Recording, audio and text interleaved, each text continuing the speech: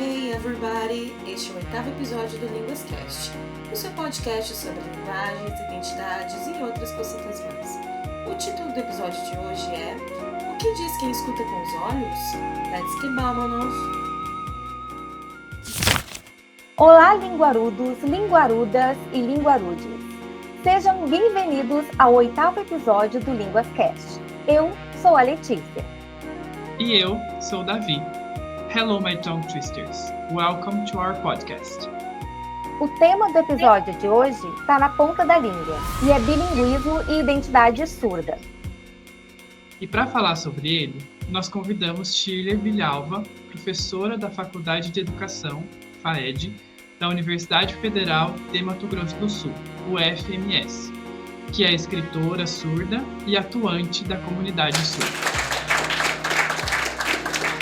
Professora, nós agradecemos imensamente o fato de você ter aceitado o convite da equipe do LinguasCast. E seja bem-vinda. Boa tarde, olá. Se eu estiver falando baixo, vocês falam para aumentar um pouquinho a voz, para contribuir, porque eu tenho sem microfone aqui. Bem, mas se vocês estiverem ouvindo, tranquilo, posso continuar nessa altura. Eu fico muito satisfeita em estar podendo contribuir uma situação assim sem intérprete. Então, realmente não vai ser uma coisa assim fluente, o tempo vai ser mais longo, porque é diferente você ter uma língua ali rápida para te subsidiar. Agora eu estou através do legendamento. Então, isso é diferente porque eu tenho que esperar a frase completa para eu poder responder. Mas é uma coisa legal, porque já começa, por exemplo, a gente se organizar pode acontecer um podcast com surdo. Se é surdo sinalizante, e não falante, ou falante sinalizante, saber essa diferença. É muito legal. Professora, agora quem vai fazer a pergunta sou eu, Davi. E a primeira que a gente separou é: como se caracteriza o bilinguismo na pessoa surda? Então, nós vamos entender, primeiro, como é a comunicação. Como que a pessoa entende. Eu vou colocar assim no geral, como linguista. Tudo bem? Eu quero que vocês entendam o seguinte: um bebê nasce e, sem ele falar ainda, ele já recebe as informações auditivas. Então, essas informações auditivas, elas falam uma vez, não, ela fala várias vezes. A mãe tem essa comunicação, pai, avó. Então, o pai usa um feedback linguístico, até que a criança se condiciona. No caso do surdo, ele não tem. Então, essa primeira língua, se ele for filho de ouvinte, ele fica zerado até que ele seja apresentado para a língua. Então, é muito interessante esse paralelo de você olhar quem nasce de pai, mãe, ouvinte, e quem nasce de pai e mãe surdos. Então, ou um pai surdo ou mãe surda. Então, isso é diferenciado, porque quando a criança nasce ali no meio surdo, ele já vai ver a língua de sinais desde o momento que ele já saiu da barriga. Então, quer dizer, o tempo que ele está com um pai ouvinte, mãe ouvinte, sem comunicação natural, que natural que eu quero dizer é auditiva, natural para os pais, para filho. Então, ele vai viver sim. Vocês imaginam, se os pais descobrem uma surdez com 2 anos, com 3 anos, é o tempo perdido de língua. No caso que um pai surdo, ele vai imediatamente, independente de ser surdo ou ouvinte, veja, aí já mudou, você viu? Surdo e ouvinte, eles vão saber língua de sinais. desde que nasce. Por quê? Porque é uma via visual. Então, é esses dois lados. Quando vocês fazem esse questionamento, para a gente pensar, refletir, então, para o pai, o ouvinte, a criança ela vai demorar, vai ter atraso linguístico. Então, não é um bilíngue rápido. O caso do surdo, eles vão já, ele vai ter a língua de sinais, e se o pai for alfabetizado, também vai ter a língua escrita. Então, são caminhos. Então, maioria aqui no Brasil, os surdos são filhos de ouvintes. Então, são monolíngues. Aí você fala, mas que hora que aprendeu a língua? E quando eles são encaminhados, por exemplo, só para a língua portuguesa, ele aprender a falar e a escrever, ele vai ser só o monolíngue. Mas se ele também for para a língua de sinais, aí sim ele vai ser bilíngue. Então, é nesse campo, para a gente entender claramente a situação espacial, o que o seu espaço te oferta de língua. Não quer dizer essa comunicação de apontamento. Eu quero dizer uma compreensão, um detalhe linguístico, textual, uma compreensão de pensamento, uma troca, o meu sentimento com o seu com o meu. Então, essa parte que a gente vai pensar. O surdo bilíngue. Ele é bilíngue em que momento? Em um momento que ele vai estar com acesso da língua portuguesa e ele também tem a língua de sinais. Veja só, não é tradução. Porque se fizer uma pergunta da língua de sinais, ele vai te responder. E se fizer uma pergunta da língua escrita, ele vai te responder na língua escrita. Se o outro aluno, por exemplo, que tiver, ou outra criança que tiver, você perguntar na língua de sinais, ela não conhece a língua de sinais, ela não tem resposta para essa língua. E se ela também não tem conhecimento da língua escrita, ela não tem resposta. Travou um pouquinho aqui. Travou para vocês aí? Nós estamos te escutando, professora.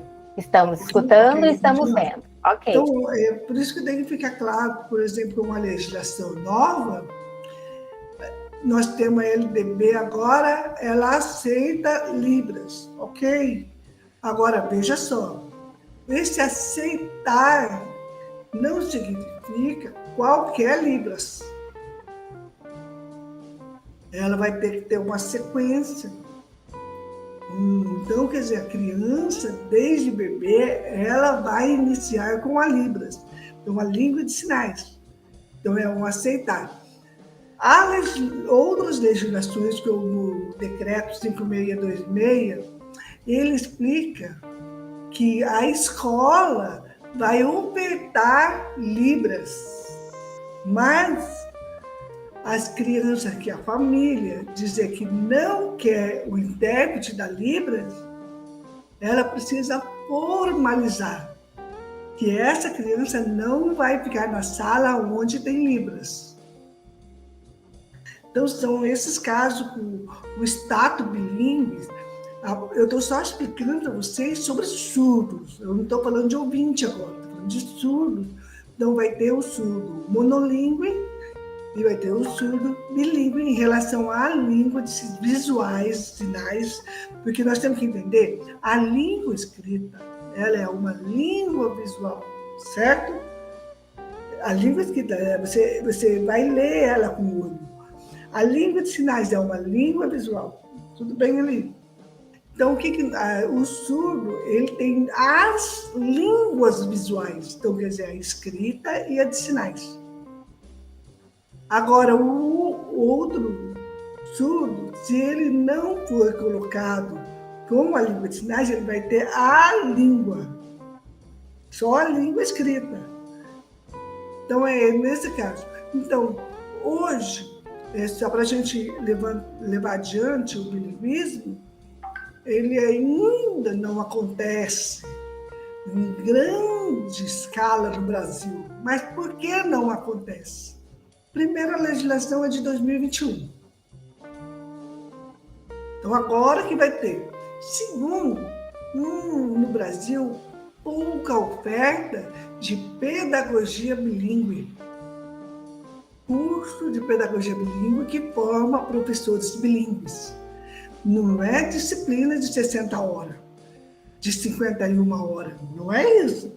Você vai fazer os 4 anos com Libras.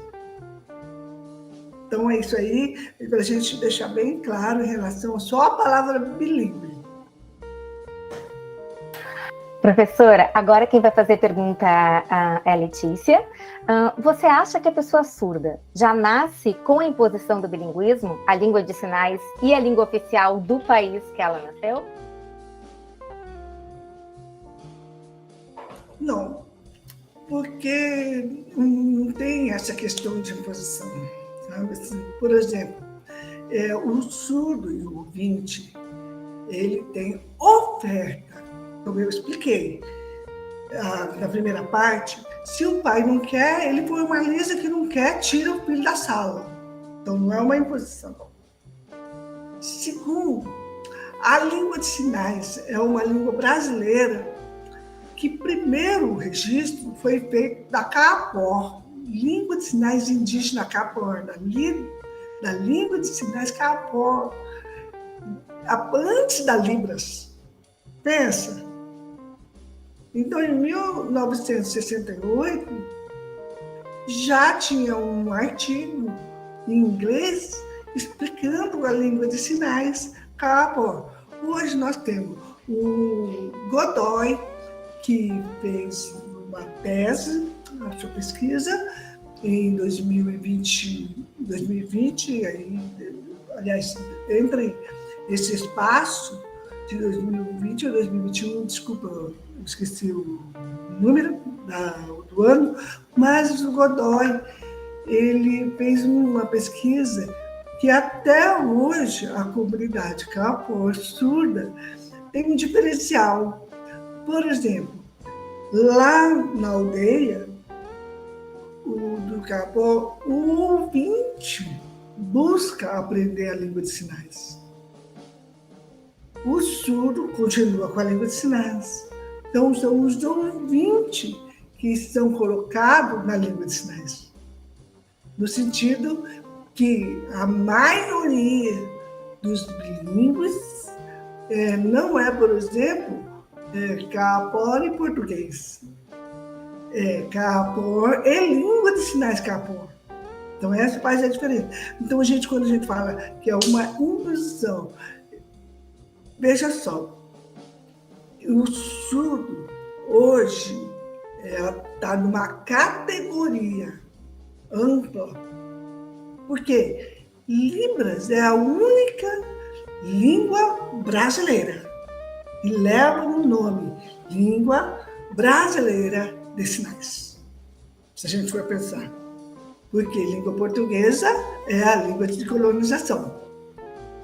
Então, a língua do nosso país, a língua dos brasileiros é Libras. Então, qual é a imposição que tem? Se for olhar desse lado. É sua, é a minha língua. Professora, agora quem vai fazer a pergunta é o Davi, sou eu. E falando em língua portuguesa, como foi para você aprender a língua portuguesa? Como é a sua relação com a língua portuguesa? A minha história, ela está no livro Despertar do Silêncio. É gratuito na internet. E Despertar do Silêncio, eu conto que, como eu venho de uma tradição indígena, de uma identidade indígena, de uma casa que falava guarani, espanhol, português, língua de sinais caseira, porque na minha época não tinha esse nome de Libras. Libras é de 2002, não é isso? Quando a lei da Libras aconteceu em 2002, não era Libras. Hoje nós falamos Libras, mas no passado a gente falava linguagem, gesto, enfim. Quando nasci, a família já tinha surdo. Na minha família, nasce surdo há 70 anos, mas somos primos. Então, não vou... No livro vocês podem conhecer melhor, mas o que eu quero dizer é que, como a tradição indígena é meu irmão da mesma idade, ou mais velho, ou mais novo, mais próximo, ele te guia por 18 anos, mais ou menos. Então, eu tenho uma irmã que hoje também é mãe de surdo. Então, a minha irmã, ela me guiou por 18 anos. O que significa guiar? Desde pequeno, ela vai estar junto para ouvir e falar, e eu lendo os lábios. Então, historicamente, eu fui lendo. Quando eu fui para a escola, minha irmã foi junto. Só que ela não tinha tempo, por exemplo, para escrever, porque ela tinha que ouvir e ficar olhando para mim. E eu também não tinha tempo de escrever, porque eu tinha que ficar olhando para a boca dela. Então, ela fosse minha intérprete, ou a repassadora, ou a repetidora.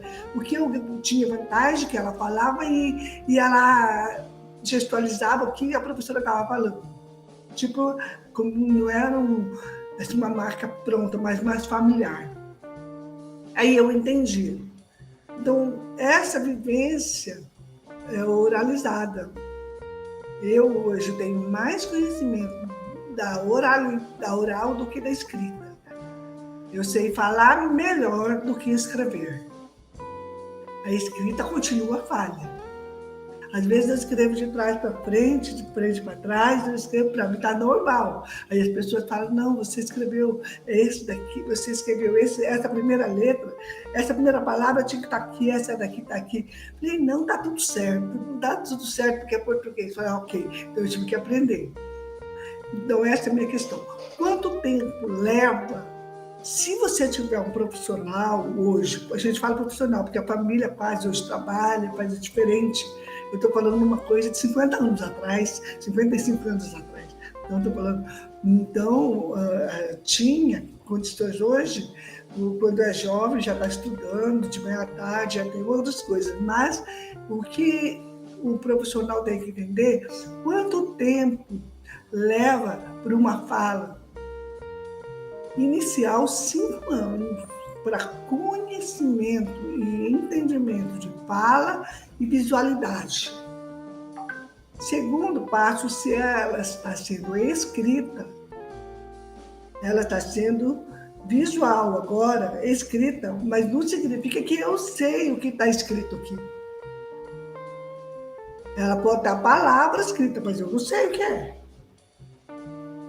Aí eu preciso que detalhe a minha irmã fazia. Por exemplo, uma palavra simples, sabonete.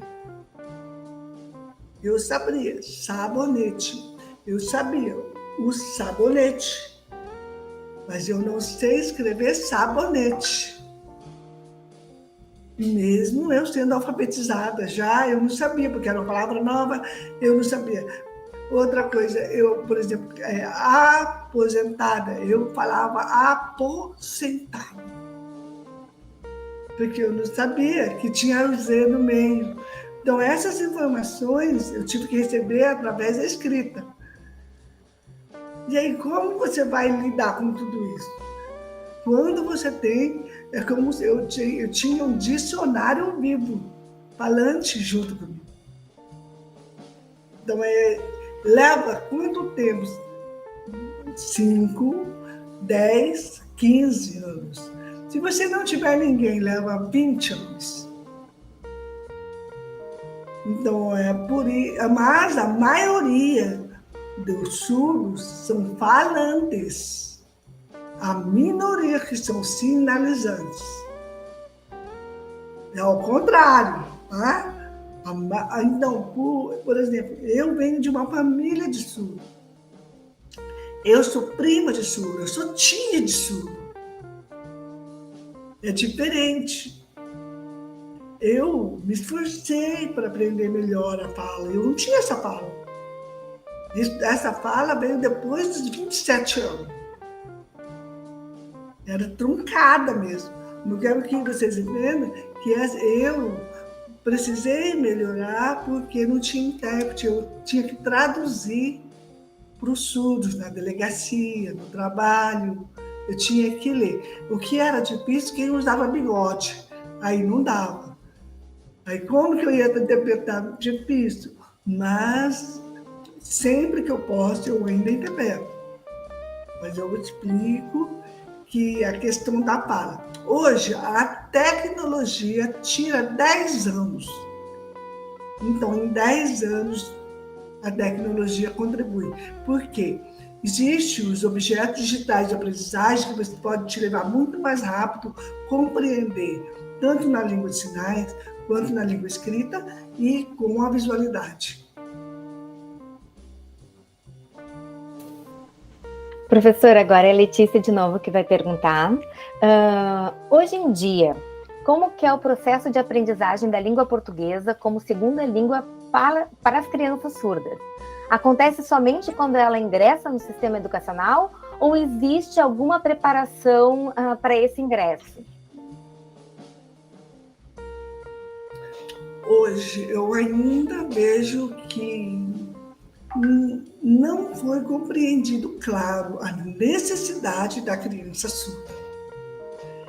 Eu vou tentar mostrar para vocês uma coisa para nós pensarmos. Vamos pensar junto.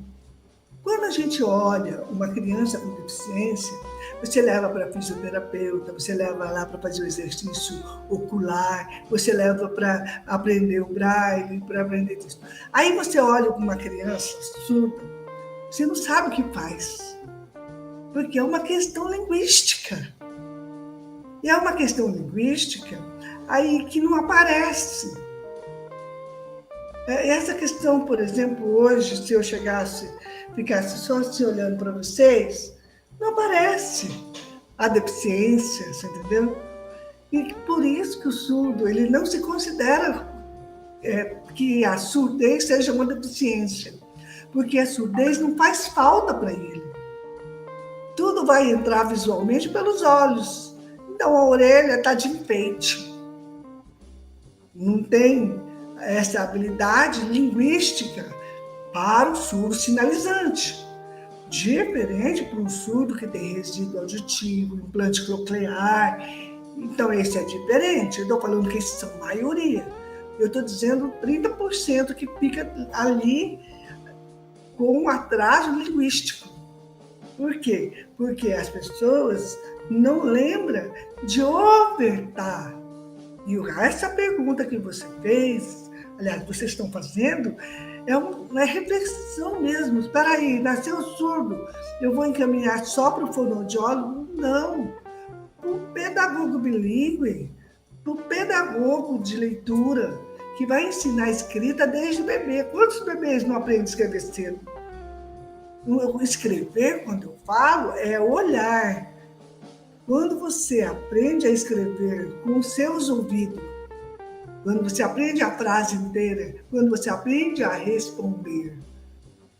Então, às vezes, essa colocação que eu falo é aprender a escrever, é a olhar, a ouvir. Se você ouve bem uma frase, você consegue interpretar ela e responder. Agora, vocês estão com legenda? Nesse momento, vocês estão com legenda. Vocês imaginam quantas palavrinhas um surdo não perde quando não tem legenda na aula? Como ele vai escrever se ele não viu? Se eu articulasse,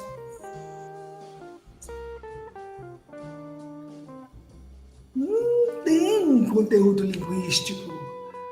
O conteúdo linguístico para o surdo é o visual. É a gente brincar visualmente, é fazer os ajustes auditivos e fazer uma mágica escrita. Aí vem o cérebro, fala, agora eu sou algo que tem uma língua. Então, Se nasce surdo, você tem que pensar qual é a oferta. Língua, eu preciso de língua. Então, vamos formar pedagogos, vamos formar professores de línguas, não estou falando de língua de sinais só, de língua escrita para surdos. Tá claro para vocês? A pergunta eu achei muito importante, porque é uma pergunta muito difícil alguém pensar o que falta para o surdo. Oferece para todas as pessoas com deficiência, mas por que não oferece um espaço linguístico? Hoje, a UFMS está abrindo a brinquedoteca bilíngue, para que a criança surda também, possa ir brincar na língua de sinais. Mas como vai brincar? Vai brincar em língua. Vai ter dados linguísticos, dados visuais. A gente está, organizando. Vai ser um trabalho maravilhoso.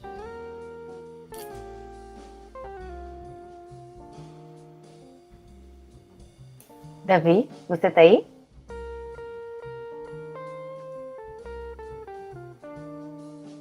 Eu acho que o Davi caiu, professora. Nietzsche não grava a legenda. Agora pensa, o aluno vai para casa, você vai mandar a legenda. Não vai aparecer. Aí vai aparecer só o professor falando. Como que vai acontecer isso? É uma outra coisa que a gente tem que pensar. Só um pouquinho, professora, que eu acho que o Davi caiu. Ele tá mandando mensagem para mim. Eu vou lhe pedir um segundinho, tá? Só um pouquinho, que eu vou dar uma atenção para ele aqui, tá? Com licença. Eu vou só te mostrar aqui como eu assisto, por exemplo, aula.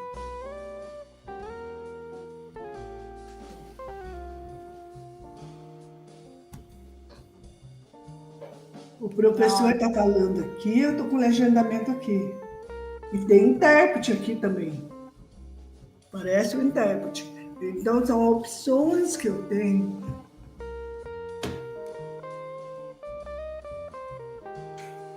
Professora, eu vou fazer a próxima pergunta, então, que seria do Davi, mas ele vai entrar novamente. Então, eu vou fazer a pergunta, né? Você é surda, mas também falante de língua portuguesa. Você já falou um pouco, mas esse processo de oralização, como que ele foi, esse aperfeiçoamento da sua oralização? Veja só, nós temos assessoria de fala, porque antes, na minha idade, quando eu tinha 4 anos, não tinha fonoaudiólogo. Fonoaudiólogo começou nos anos 90, por ali. Então, a família tinha uma associação e a família recebia como fazer o trabalho do fono, mas não tinha nada de fono. Como a família tinha que ensinar a fala, como que a família tinha que corrigir.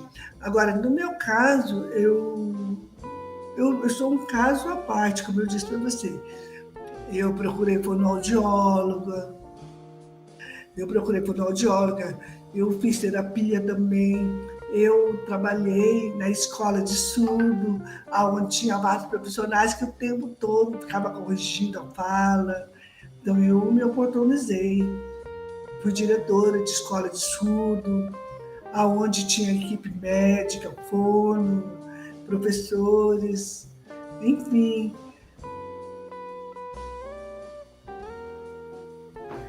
Professora, então eu vou passar para a próxima pergunta. Vou avisar o Davi que eu tinha feito a pergunta dele anterior, tá? Agora é a Letícia, então, de novo, quem vai perguntar. O que você acha da oralização da pessoa surda? Seria uma opção ou uma imposição? Como isso afeta a identidade surda? É relativo. Nós não temos uma pergunta única. Nós não temos. Por quê? O que é natural para a natureza humana surda? Tá? Natural. Que ela não tem esforço. É a língua de sinais. É natural. Porque ela entra pela visão e, se ela estiver, ela vai sair pelas mãos e também vai ofertar a visão, tanto para o surdo como para o ouvinte. Então, a língua de sinais é uma língua natural. Uma língua natural. A língua portuguesa, escrita também, se ela for bem ensinada, bem visual, ela também vai ser uma língua natural, porque é visão. A fala já é uma oferta clínica. Então, é uma oferta clínica. Que nem, por exemplo, se você tem uma lesão, você vai para o médico até você conseguir levantar da cadeira e andar. Então, você não é obrigado, você pode ficar também sem quiser andar. Mas essa é uma questão clínica, tá? E de oferta. Inclusive, na escola não oferece essa parte clínica. Ela precisa ir no lugar, um CRAF, em outros lugares clínicos. Então, isso é da responsabilidade da família levar. Lá na educação, se ele tiver, ele vai aproveitar. Por exemplo, no meu caso, eu aproveito a fala. Então, eu aproveito. Mas se eu não falar, como eu moro sozinha, eu passo, às vezes, até uma semana sem falar com ninguém, só sinalizando com os surdos. Eu só falo muito lá na universidade. Porque, às vezes, eu acabo sendo até intérprete de surdos que estão próximos, professores surdos que estão próximos, alunos surdos que vêm. Então, a gente faz uma troca. Mas você conseguiu entender que eu não tenho visão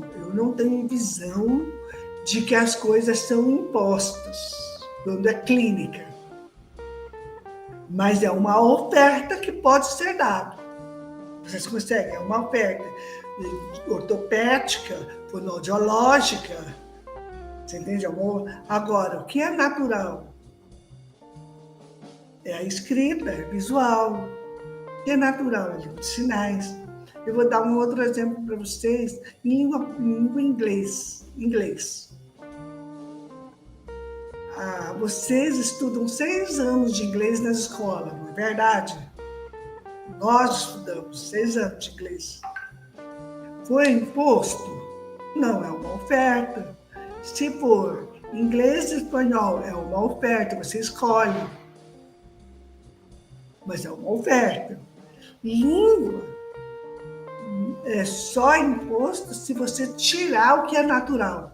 Pensa só, se eu tenho oferta da língua natural, língua de sinais, da língua escrita, eu tenho oferta, gente, minha bateria. Lê, só um teste, você me ouve, né? Tá. Então, a gente tem que ficar bem assim, tranquilo, para explicar isso para qualquer pessoa. O que é uma oferta e o que é natural. Então, se eu pego o Davi, não sei se é David ou Davi. Se eu pego o Davi e eu só dou libras para ele, não dou nada falado, ele é ouvinte.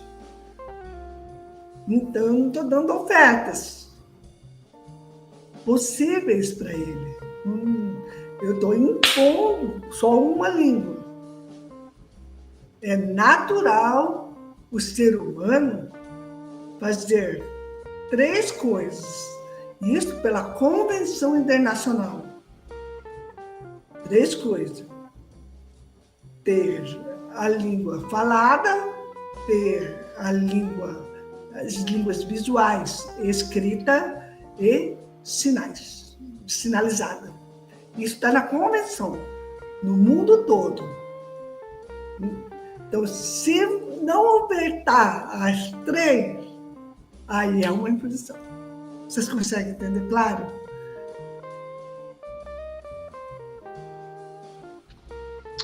Professora, a próxima pergunta eu de novo, Davi, que vou fazer. Houve um tempo em que as famílias de crianças surdas almejavam a oralização. Ainda se observa muito isso? Ou as famílias procuram mais a Libras hoje em dia?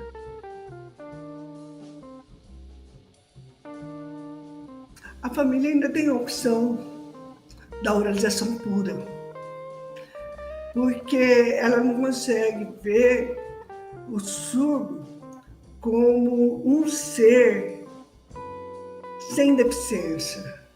Ela um ser positivo, com uma potência. Hoje, por exemplo, nós temos pós-doc, o professor Adriano, da UEPMS, ele não tem, agora, fez acho que 40 anos, já é pós-doc.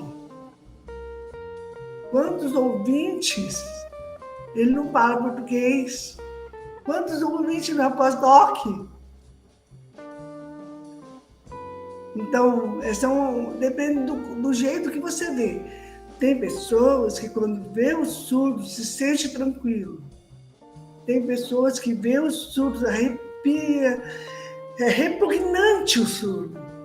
E tem pessoas que, quando vê o cego, tranquilo. Tem pessoas que, quando vê cego, repugna, sai do outro lugar, bem longe. Então, esse status da deficiência, ele é muito pessoal. Ele é muito pessoal, de igual, de cor, que você gosta de pessoa afrodescendente, de indígena, se você gosta disso, daquilo. Não dá para a gente falar assim, é isso ou aquilo. Mas a família, ela não quer ter, por exemplo, esse sentimento que ela sente, essa fase de luto, ela não quer isso. Mas hoje o Brasil também não oferta espaço para trabalhar isso. Então são coisas que uma coisa está levando a outra. Eu vou pegar um gancho para vocês. Hoje, o professor surdo, você já estudou com o professor surdo? Vocês, alguns já têm experiência? Isso. Então, vocês imaginaram que ia ter professor surdo?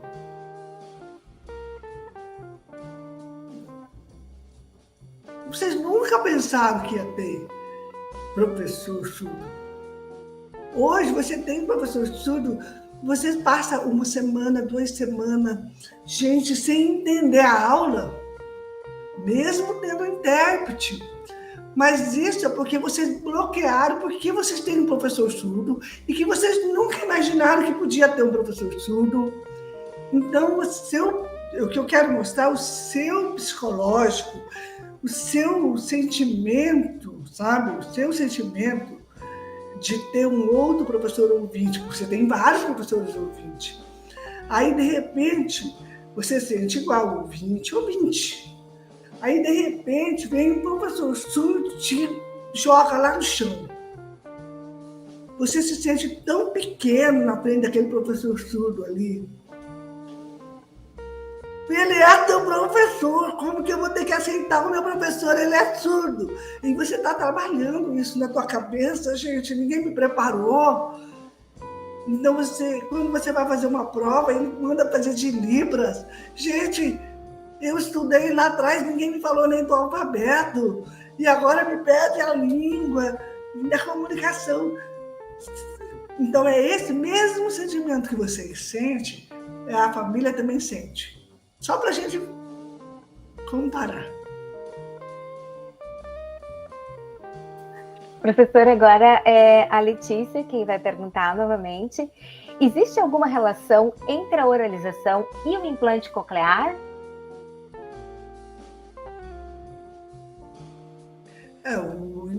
Porque o implante coclear, para as pessoas que procuram, ela vai dar um subsídio auditivo.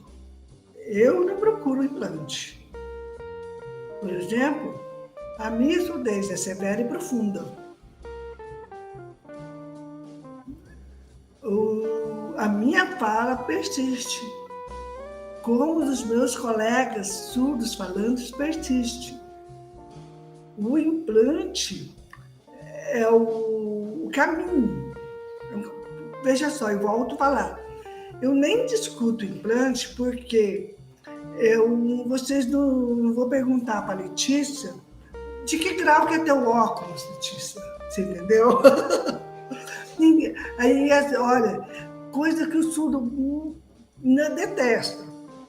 Sabe qual que é? A pessoa pergunta assim, você escuta um pouquinho?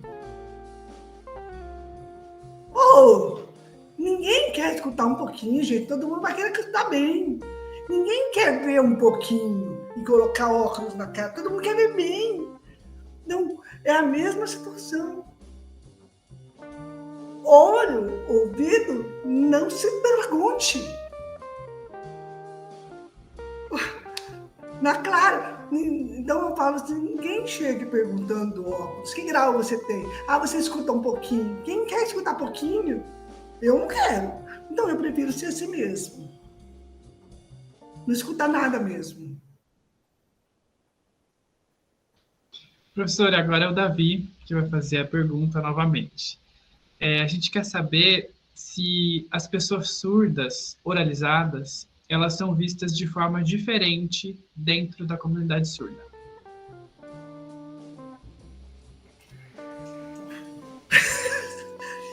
Olha, de 2000 para trás, sim,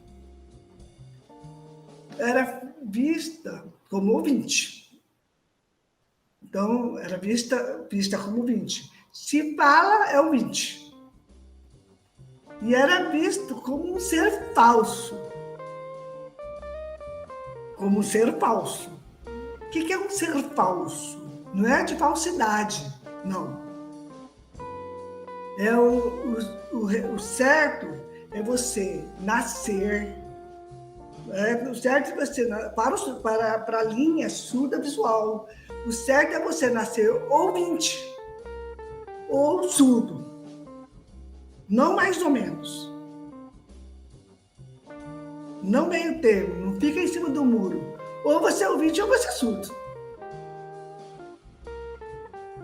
Então, veja só, de 2000 para trás era muito mais sério. Hoje, como a Libras, a comunidade surda, vem trabalhando mais de 160 anos para que a língua de sinais aconteça no país, e hoje nós temos letras Libras, nós temos universidades Libras, essa disciplina. E hoje o trabalho é igual ao inglês. Um salário de um intérprete que saiu essa semana, 5 mil, salário base. Então é o mesmo. Línguas são línguas, parte da política linguística, não da deficiência. Então mudou. Agora, ser um surdo falante e o surdo falante vai interpretar, não é mais visto como antes. Tá vendo? Eu passei por isso. De que eu era a falsa, não tinha. Só que na hora que precisava alguém interpretar, a falsa precisava interpretar. E era obrigada a interpretar. Então é uma situação. E aí vem o lado psicológico, a falta de psicólogo que sabe língua de sinais. Para nós, brasileiros, tudo em processo. Tudo. Professora, agora é a Letícia que vai fazer a pergunta novamente. Nós vimos nas suas publicações que você estuda o surdo urbano e o surdo indígena. No que eles são diferentes e no que eles se aproximam no uso de Libras? Você poderia falar um pouquinho mais sobre o assunto, por favor? Sim. A comunidade indígena, a maioria dos surdos, eles ainda usam a língua de sinais emergente, que é mistura com a caseira, ou da escola, que vai emergir ali. Na situação do Mato Grosso do Sul, veja só, Brasil, ainda nós não temos dados concretos, estão acontecendo agora. As pesquisas, nós chegamos em média de 21 pesquisas desde 2008. Tá? 2008 até hoje, nós temos 12 a 13 anos de 21 pesquisas apenas sobre o registro e presença de surdo nas escolas indígenas. Eu trabalho com as escolas indígenas e também tem que ser território indígena. Tem escola indígena, território urbano, eu não trabalho. Eu posso orientar, mas a minha pesquisa são línguas nativas. O que tem? Então, eu em busca. O Mato Grosso do Sul, hoje, a oferta da Libras é igual que fosse o português. Por exemplo, nasceu no Brasil, não tem português, então é obrigado todo mundo. Então lá também oferta a Libras. Só que se ele tiver a língua de sinais deles estruturada, como estruturada, ele vai ter a língua de sinais indígena primeiro. A língua de sinais brasileira de sinais Libras, segundo. Depois, a língua indígena escrita, primeira língua. A língua de sinais, a língua brasileira, que é o português, vai ser a segunda, certo? Se vai ter, a partir do 5º ano, ele vai para o inglês espanhol. Então, vai. Eu só estou mostrando para vocês que são 5 o indígena. Indígena são 5 línguas que eles estão envolvidos diariamente. O não indígena vai estar com a Libras, isso, português escrito, e o inglês. Então, a nossa diferença é o número de línguas e o tempo de língua. Legal? O número de língua para os não indígenas, número de língua para os indígenas. Ficou claro? Porque é linkada com a nossa própria cultura. E a outra coisa, lá a gente está procurando trabalhar os professores, o intérprete, para já ir buscando as coisas culturais, para ficar mais fácil ainda em relação à interpretação da língua de sinais. Eu vou dar um exemplo para você simples. Se eu fizer isso aqui, é chocalho, tá? Para os urbanos, não é? Chocalho. Mas lá já é diferente, é o bimaracá. Já faz parte da reza, já faz parte dos rituais. Então, essa é a cultura. E o daqui é diferente, 3 e 5, bem diferente. Muito legal, professora, muito bom. Agora é o Davi que vai fazer a próxima pergunta. E a gente queria saber qual a importância da aprendizagem da língua indígena de sinais.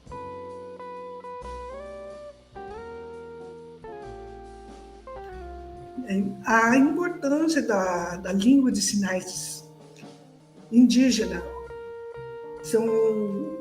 ou seja, a língua de sinais indígena é o que eu acabei de explicar um pouquinho, a questão cultural, os traços culturais, as regras. Então, a língua de sinais indígena, por exemplo, Libras. Tem aqui árvore, tá? Árvore. Bem, lá no território,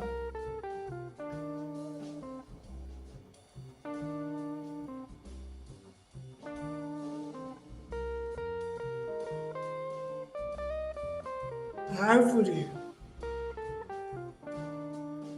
Então, o sistema da visualidade é muito forte, é detalhado. O sistema urbano é menos detalhes. Aí tem árvore da goiaba, árvore disso, daquilo.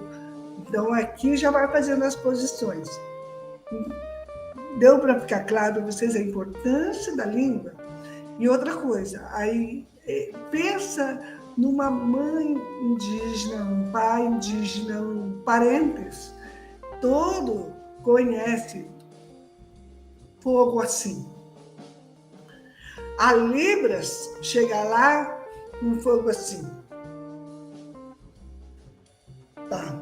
Aí o intérprete, o professor está explicando que lá na aldeia Jaguapiru teve um foco, por exemplo, de fogo próximo de uma outra aldeia que mora os terenas, que usa. Aí o intérprete interpreta que o fogo de lá não sabe fazer o tereno aqui, não sabe fazer o tereno, não sabe fazer o guarani também aqui, não sabe fazer aqui, não sabe não. Que lá é só o índio. O índio assim, o índio assim, o índio assim, o índio assim, o índio assim. O jeito que ele aprendeu, vai fazer. Aí teve um fogo lá. E aí? E lá na aldeia pegou. E aí? Pegou a aldeia, pegou. Gente! Você entendeu? Fez uma confusão, porque os dados linguísticos de vivência não são Libras. Nós vamos aprender igual a gente aprende aqui na universidade. Professora, agora a Letícia, que vai fazer a próxima pergunta. E essas línguas indígenas de sinais, né? Elas são criações particulares de cada comunidade ou eles têm uma língua de sinais que eles usam entre eles, assim, para trocar entre as comunidades? Ela vai ser determinada pela cultura visual. Eu vou dar um exemplo da cultura linguística, da cultura. Lá no sul, a gente sabe que isso daqui, quente, é o chimarrão do sul, né? Se a gente fizer assim, a gente sabe que é o nosso chimarrão. Se a gente fizer assim, fizer frio, a gente sabe que é o nosso tereré. É o nosso.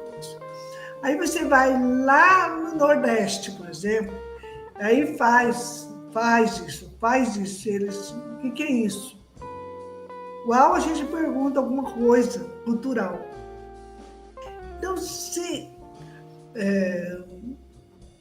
tem sinais próprios daquela etnia, daquele povo, a região própria, é tudo vinculado àqueles dados linguísticos. Por quê? Porque ainda não tem pesquisa. Ainda nós não encontramos nem verbo e investimento para fazer uma produção igual está acontecendo com a Libras na UFSC. Lá na UFSC, nós conseguimos filmar, através do curso de Letras Libras, a professora Ruiz, a professora Mariana Stu, fizeram projetos, sabe? Então é diferente. Hoje, Libras é patrimônio próprio do Brasil. Então, as línguas de sinais, elas vão acontecer. Igual não aconteceu Libras, vão acontecer a língua de sinais. O tanto que hoje, no nosso estado, na região ali de Carapó, de Coronel Sapucaia, ali tem o quê? Local, com Paranhos, tem lei do Guarani, não é isso?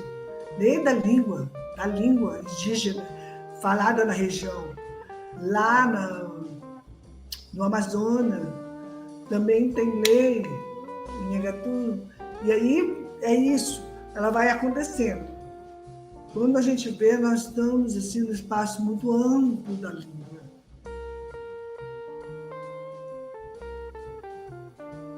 Professora, essa é a nossa última pergunta, né? A gente queria saber quanto da sua identidade como pessoa e como sujeito no mundo tem relação com as línguas que você fala e sinaliza. E se você consegue se imaginar sem alguma dessas línguas.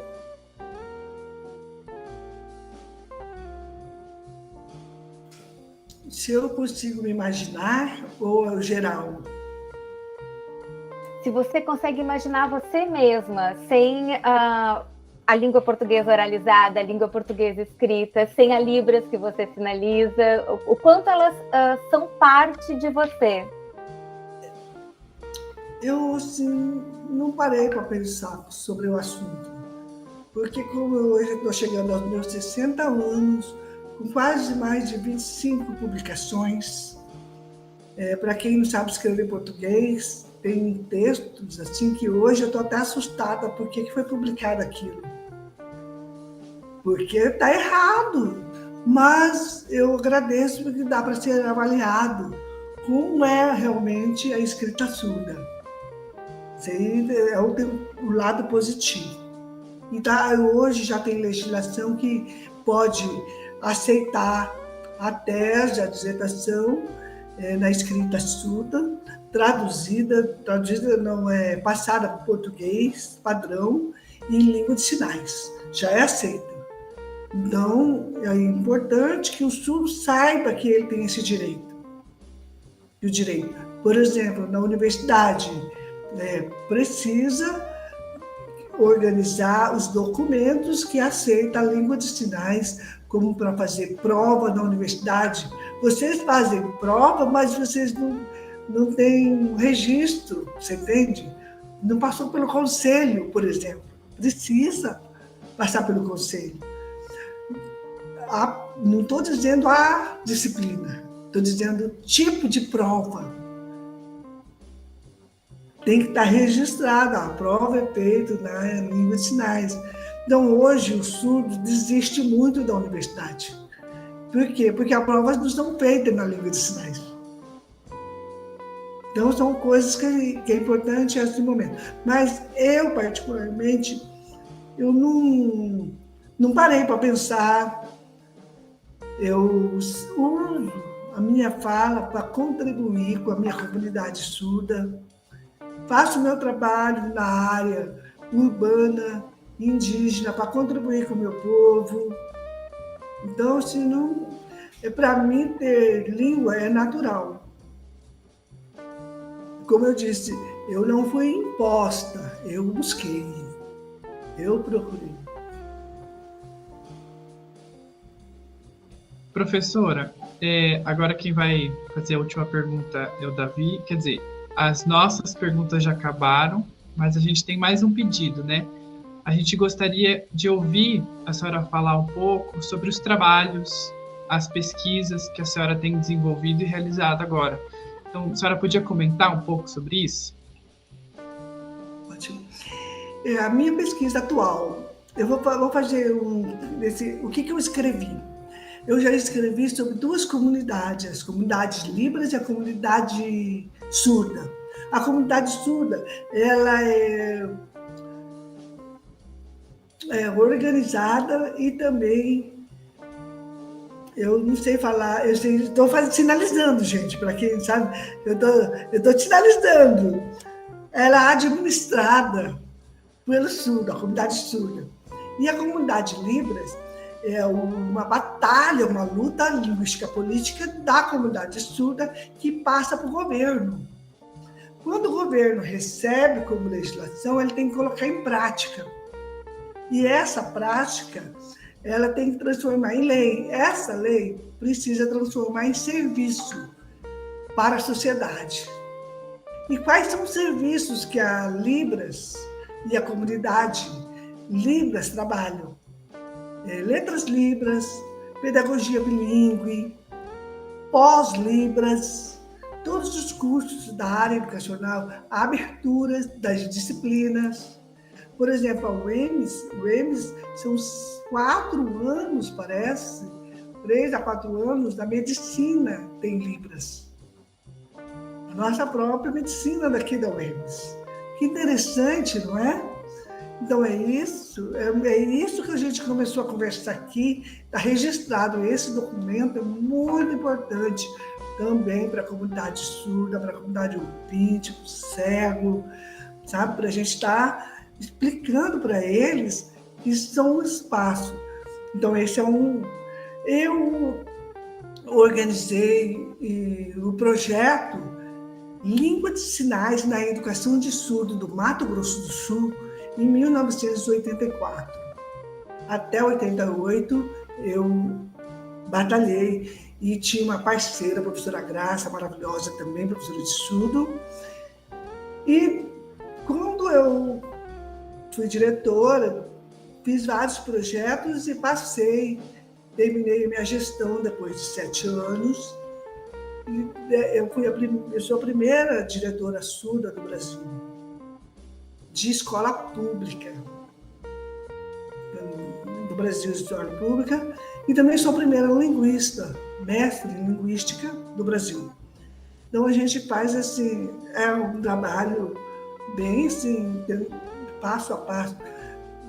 O troféu de primeira eu guardei, está inclusive dentro de caixa. Nem para mim ver, para ele parar. Troféu é aposentadoria.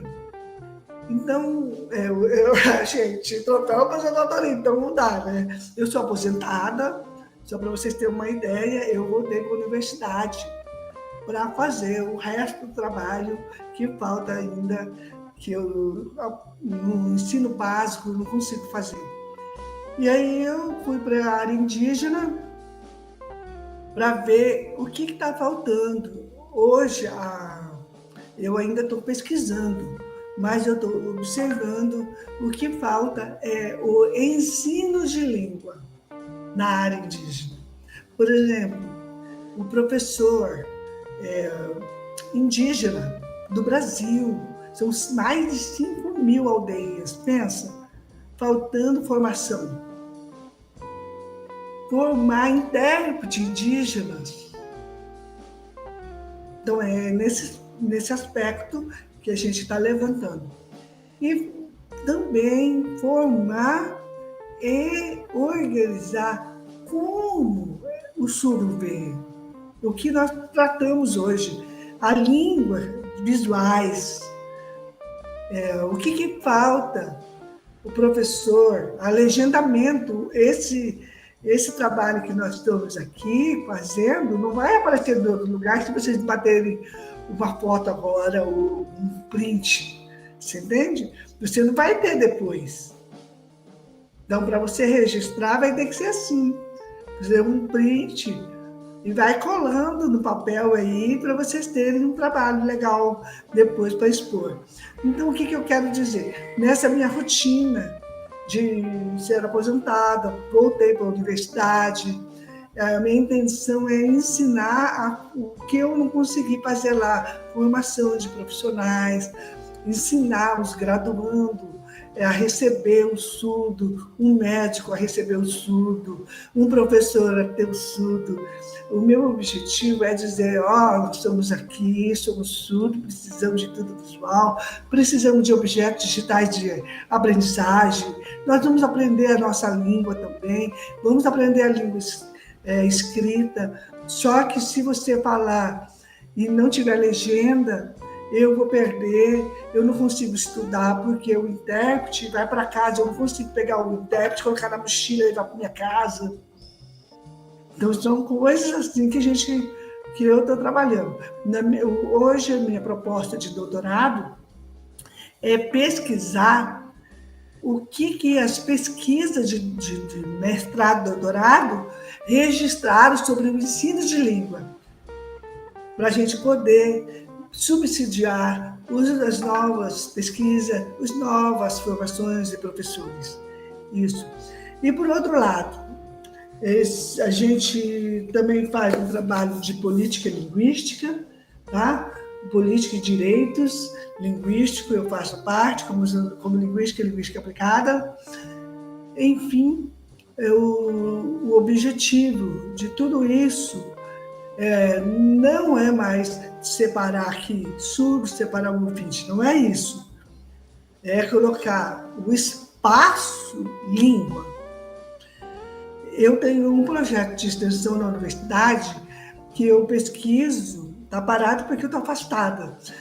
Eu pesquiso quantas línguas a universidade fala, no sentido assim, quantas pessoas falam outra língua além do português. Tá? Então, ótimo. Então, eu pesquiso também, porque eu quero fazer um laboratório das línguas brasileiras e estrangeiras. Pode ser até de fronteiras. Então, esse é o objetivo. Vai demorar, não tem pressa. Eu sou quase 40 anos que eu sou professora. Eu ainda estou começando agora. Então, o que eu tenho de ideal para frente é conseguir fazer esse doutorado, doutora torcida de aprendizagem, mas para eu fazer esse doutorado, não pensa para vocês que estão sendo fácil. Eu trabalho com uma equipe de profissional. Eu tenho a minha orientadora, eu tenho os professores, eu tenho uma assessoria textual bilíngue que me ajuda a escrever, particular. Eu tenho a revisora, como todo mundo ouvinte tem, revisora particular também. Só para vocês terem uma ideia, eu tenho um grupo de professores aposentados também que contribuem comigo, com o meu português, com a minha escrita, com a minha redação, com a minha discussão. Então, eu tenho um grupo de surdos e ouvintes, mestres, doutores e estudantes, mestrado e doutorado, na sexta-feira, para estudar o que é dissertação, o que é tese, e é só surdo. Então, eu tenho essa equipe aqui. Então, essa equipe, ela é organizada, é o meu fluxo contínuo. Então, daí, eu quero sim, dizer para vocês, só para vocês terem, a média que o surdo sinalizante paga para assessoria textual é de 600 para mestre, 800 para doutor, até 1.200 por mês nós pagamos, para arrumar o português. Ele tem que ser bilíngue também. Então, eu estou explicando isso porque minhas palestras já falam isso, mas como vocês ainda não viram, porque são fechadas, eu estou abrindo agora. Tem esses assuntos assim, que eu estou falando, alguns são novos de verdade, tá? Você pode ver, você vai procurar, você vai encontrar na dissertação da Renata, que defendeu agora, e ela faz parte do nosso grupo de mestrão e doutorado, aprendeu com o grupo, e o professor Carlos, e do IERP, o professor Elaine, mas a gente tem um gasto, a gente gasta, prefere ficar sem comer, às vezes, bobagem, uma pizza, um sushi, e pagar assessoria textual, porque é trabalhoso, a gente não teve desde assim, o português esperado numa dissertação e numa tese. Eu acho que até para um 20, mas para o surdo é o dobro. O que mais que eu poderia contribuir com vocês aqui? Aí existe uma associação de família, de pessoas surdas, eu também faço parte. Eu acho importante que eu já falei com a associação, pedir parceria com a universidade. O espaço da universidade abrir para os indígenas surdos. Nós temos indígenas surdos dentro da nossa universidade, deve estar formando esse ano ou outro. Então, tudo isso é interessante. É muita coisa. O surdo, hoje, vocês podem ver que estão nos filmes nacionais, estão nos filmes internacionais. Nós fazemos tudo. Não tem o que a gente não faz. O que a gente precisa é ter legenda acessível, intérprete acessível, não aquele minúsculo, né? E nem também um avatar. O avatar é bom por uma coisa simples, mas não por uma coisa para funcionar na complexidade linguística. Então, eu gostei muito de conhecer vocês. Eu mando meu abraço para a professora Carla. Então, ela me escolheu, indicou. Eu espero também a avaliação de vocês, porque, como eu estou falando, foi muito produtivo para mim. Eu falei coisas que eu vou usar na minha tese. Aí, eu não dei na tese, mas eu lembrei agora e eu já registrei. Que bom que está aí. E eu gostaria de saber vocês, como foi para você, como pessoa? Professora, foi uma aula. Eu só posso agradecer tudo que você compartilhou conosco, o seu tempo, e acho que os nossos ouvintes também vão adorar escutar tudo que você falou. Foi uma experiência muito desafiadora pensar também em fazer essa entrevista sem os intérpretes, né? Então, eu confesso que estava bastante tensa, porque eu fiquei com muito receio de não deixar você à vontade, de você não conseguir, sabe assim, tipo, será que a gente ia fazer? Será que nós conseguiríamos fazer direito, assim, fazer de uma forma que fosse acolhedora, né? Então, eu só tenho a agradecer por você ter aceito o nosso convite e ter dividido todo o seu conhecimento e a sua vivência, a sua experiência, a sua identidade conosco. Obrigada. Para mim também, professora, foi sensacional, assim. Eu acho que ouvir da vivência do outro tem um quê a mais, assim, do que só as leituras, do que só essas 58 horas, 68 horas dos cursos que a gente tem na licenciatura, né? Ouvir a senhora falar, eu acho que é muito mais do que um semestre, né? Tendo libras, estudando o mínimo que for, sabe? Então, se poder ouvir de você essas coisas que ainda não foram compartilhadas, eu acho que vai em encontro diretamente com o nosso objetivo, né, do podcast, o porquê do principal da gente pensar em fazer um podcast que fala sobre línguas, sobre a identidade das pessoas envolvida com a língua. Então, eu estou muito feliz, assim, muito feliz. Eu acho que esse é um dos episódios que mais deu certo, assim, eu acho, sabe? Assim, com o que a gente propôs, entendeu? Então, estou muito contente. Entendi. Olha que interessante, eu estava pensando aqui, todas as vezes que vocês fazem, ninguém fala, por exemplo, pede para falar, para vocês falarem. Nós surdos queremos esse feedback para a gente entender. E a palavra do dia é anacússia. Segundo o dicionário Aulete, a palavra anacússia significa perda parcial ou total da audição.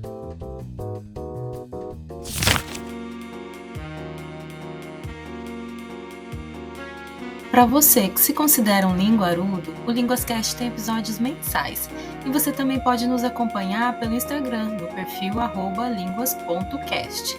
E no YouTube pelo canal LinguasCast. A transcrição deste episódio pode ser acessada em linguascast.blogspot.com.